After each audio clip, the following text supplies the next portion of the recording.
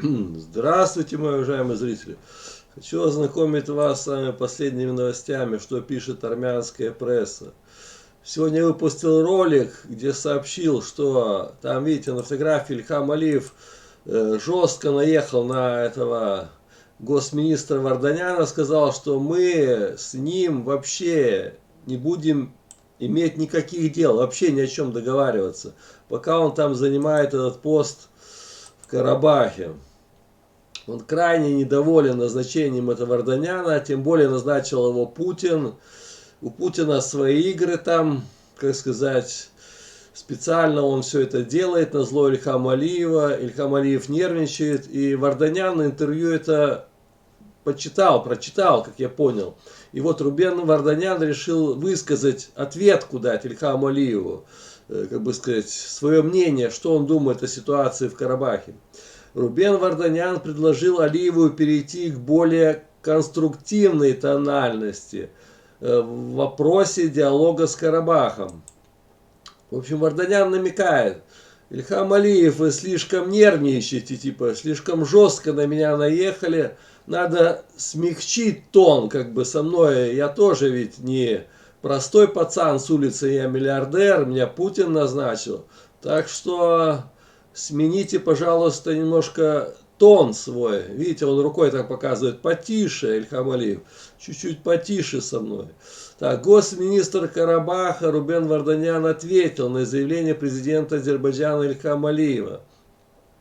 Так, по данным, Алиев заявил о готовности Баку говорить о правах и безопасности армян с проживающими и желающими жить в Карабахе, но не с такими людьми, как присланный Москвой Варданян, которого, по заявлению президента Азербайджана, прислали туда из Москвы с очень четкой повесткой дня.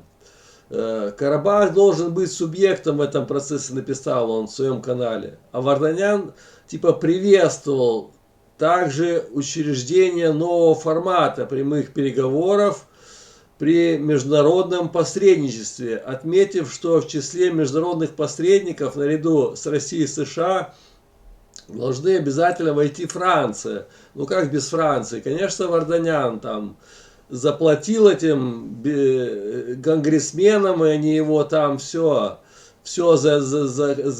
и декларацию приняли. Варданян их не ставленник там. Сенат которого на днях принял резолюцию о признании Карабаха. Он напомнил, что Франция также является сопредседателем Минской группы ОБСЕ. Хотел бы также предложить перейти к более конструктивной тональности, это адрес Ильхама Алиева, и получить разъяснение по поводу четкой повестки дня, которая, по мнению господина Алиева, якобы у меня имеется. Я не раз подчеркивал, что отказался от российского гражданства, чтобы избежать обвинений в том, что преследую в Карабахе чьи-либо еще интересы, кроме интересов народа Карабаха, заявил Варданян. Полагаю, что вполне соответствующую Ильхам Алиев выдвинул такую инициативу, критерию переговорщика: живет в Карабахе и хочет там жить, подчеркнул Варданян. В общем, он хочет там жить и будет там жить надолго, сказал Варданян, что Ильхам Алиев пускай не выдвигает требования своему. Госминистр Карабаха отметил также, что война всегда возвращается войной. Вот он ответил, что если Ильхам Алиев пойдет войной на Карабах, то мы тоже отметим войной на такое предложение. Порой это происходит даже после смены нескольких поколений. Агрессия сегодня – это мина замедленного действия, заложенная под будущее поколение наших народов. А значит, лидеры двух стран должны принять на себя всю полноту ответственности. Он считает, что он лидер Карабаха. Представляете, Ильхам Алиев лидер Азербайджана, а он типа двух сторон, да, он считает сторона, как бы, он все, он там руководитель, и Ильхам Алиев должен с ним считаться. Так, и в общем эти лидеры, как сказать, двух сторон должны принять на себя всю полноту ответственности, как бы трудно все это не было, сесть за стол переговоров и остановить кровопролитие, заявил Варданян. В общем, он предлагает Ильхаму Алиеву сесть за стол переговоров, приехать в Ханкинди и договориться мирно решать все эти проблемы. А на случай угрозы с Ильхама Алиева у них своя армия обороны Карабаха и есть, как бы он считает, чем ответить. Ну и вот еще Караченко сделал заявление. Баку сам решит, как распорядиться армянскими деньгами в Карабахе. Так, вот Игорь Караченко.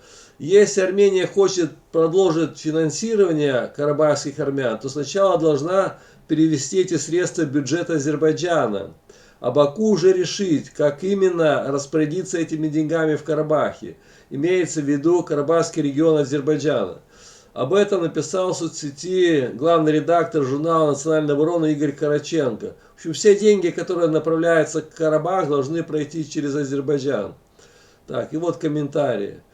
Так, азербайджанец Эмиль Ханкинди написал. И после этого мы говорим, что победили, вопросительный знак. Да, Азербайджан вернул почти 10 тысяч квадратных километров своих оккупированных земель. Но Баку все еще не решил главную задачу – ликвидация армянского сепаратистского режима в городе Ханкинди. Пора уже действовать. Вот видите, какие комментарии я говорил. Пора уже действовать. Всем спасибо, всем пока, до новых встреч.